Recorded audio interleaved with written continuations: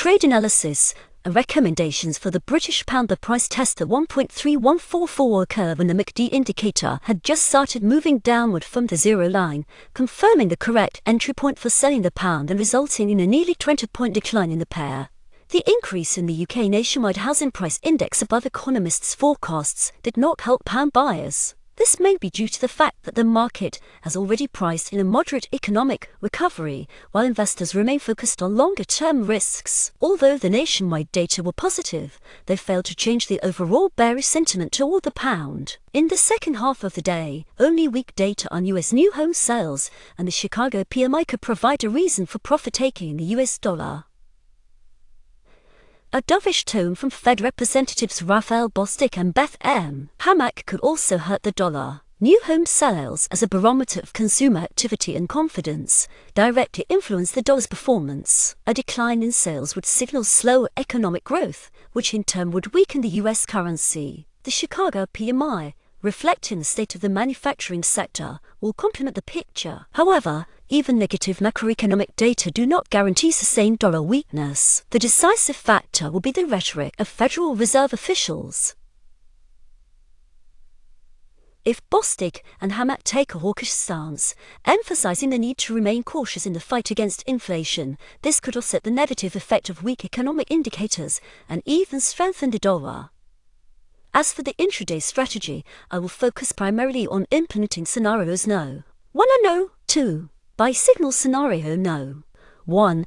I plan to buy the pound today upon reaching the entry point around 1.3148 green line on the chart, targeting a rise to 1.3182 thicker green line on the chart. Around 1.3182, I intend to close long positions and open short ones in the opposite direction, expecting a 3,035-point move downward from that level. Pound growth today is possible only if the Fed adopts a very dovish tone. Important. Before buying, make sure the MACD indicator is above the zero line and just starting to rise from it. Scenario no.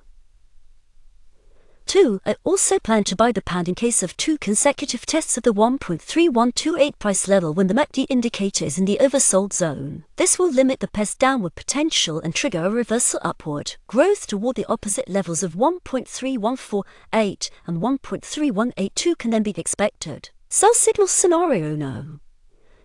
1. I plan to sell the pound today after breaking below the 1.3128 level red line on the chart, which should lead to a quick decline in the pair. The key target for sellers will be 1.3096, where I plan to exit short positions and immediately open long ones in the opposite direction, expecting a 2,025-point rebound. The pound may fall sharply only if the Fed adopts a hawkish stance. Important. Before selling, make sure the MACD indicator is below the zero line and just starting to decline from it. Scenario no. 2. I also plan to sell a pound today in case of 2 consecutive tests of the 1.3148 price level when the MACD indicator is in the overbought zone. This will limit the pair's upward potential and trigger a downward reversal. A decline toward the opposite levels of 1.3128 and 1.3096 can be expected. Chart notes. Thin green line entry price where buying is recommended. Thick green line suggested level for setting take profit or manually securing profits, as further growth above this level is unlikely. Thin red line entry price where selling is recommended. Thick red line suggested level for setting take profit or manually securing profits, as further decline below this level is unlikely. MACD indicator. When entering the market, it is important to consider overbought and oversold zones.